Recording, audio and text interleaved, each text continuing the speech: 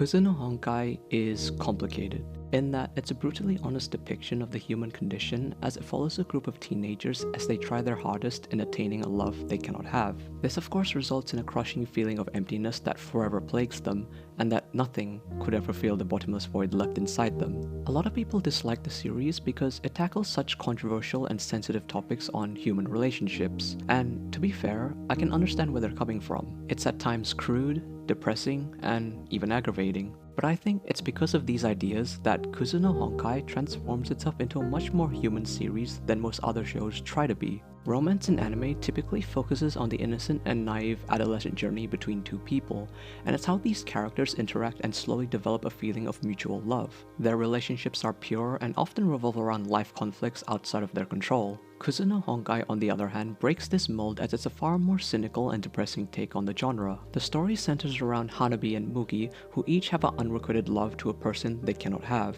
For Hanabi, that person is Kanae, a brotherly figure who's always been there for her during hard times, while Mugi has an affection to the beautiful and elegant Akane-sensei. As the two cannot be with the person they truly care about, Hanabi and Mugi use one another as substitutes for physical intimacy in order to compensate for the lack of human connection they have. What really resonated with me was how empathetic these characters were.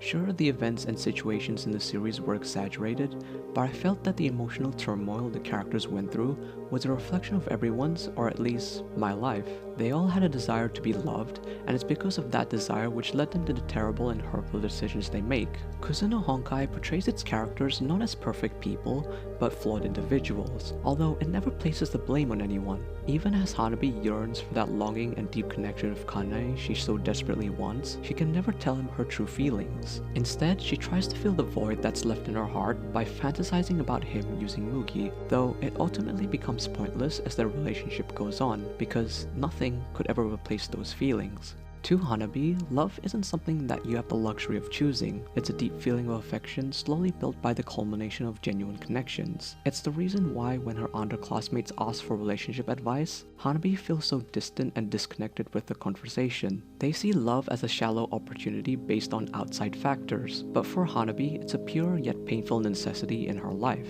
When Ed-chan first reveals that she has strong feelings for her, Hanabi neither rejects or accepts the confession of love from her best friend. Rather, it's because Ed-chan is so dear to her that she gives in to the situation, allowing Ed-chan to do anything she wanted. Later in episode 9 of the series, we see the repercussions of that choice. Ed-chan feels so used by Hanabi because after giving all her feelings to the person she loves, Hanabi never gives her a proper answer, always stepping on the line but never crossing it. Ed-chan can no longer endure this pain, knowing that Hanabi will never see her in that way, and so decides to distance herself.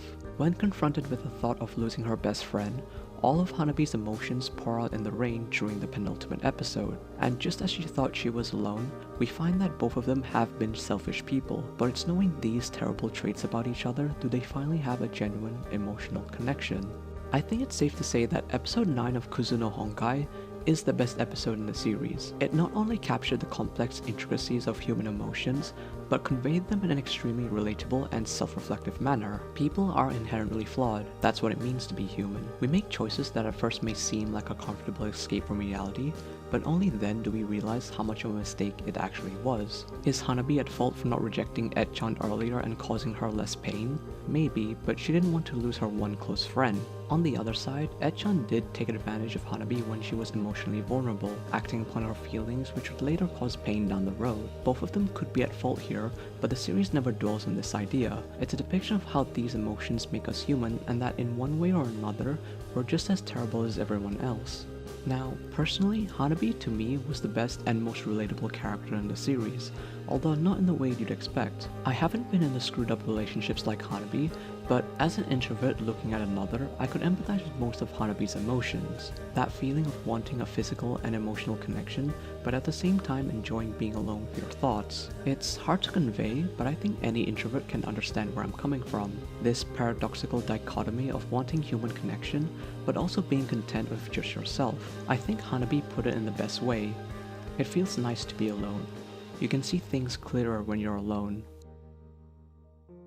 While Kuzu no Honkai could easily be confused with a story of love and heartbreak, I saw it in a different light. It's even the title of this video. It was about the loneliness within every character in the series, and how due to this fear of being alone that everyone tries to find a surrogate to fill their desires. Hanabi at first was a pure and innocent girl harboring feelings for the person she loved. However, as the series progressed, feelings of guilt, sadness, and regret flooded her mind as she partook in relationships with Mugi and her best friend, while also knowing that Akane was a psychopath using kunai to get back at her. All these feelings that were once unknown to her came rushing out, and it's because of this that she became scared and confused. Hanabi started doubting her own feelings.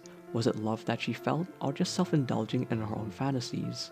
This theme of constant self-reflection was hanging over the characters, and I think the best way it foreshadowed this was through part of the opening. You don't have to look very far to see that the opening of Kuzu no Honkai is littered with symbolic metaphors. From the black mist that engulfs the screen to signify the darkness that consumes one's life, or the falling rose petals representing the unanswered love of characters. There's plenty to talk about, however what I want to focus on is this particular sequence. As Hanabi falls into a pool of darkness, sinking deeper and deeper, explosions of light appear as they reveal the sexual desires of each character. But before I can go on any further, Hanabi is awoken from her dream by Mugi, as it pans out showing that everyone else is still dreaming. This was a brilliant way to showcase the themes in a literal sense, and even hinted about the show's ending. Everyone is chasing after something they can't reach, but only after waking up do we see what's in front of us.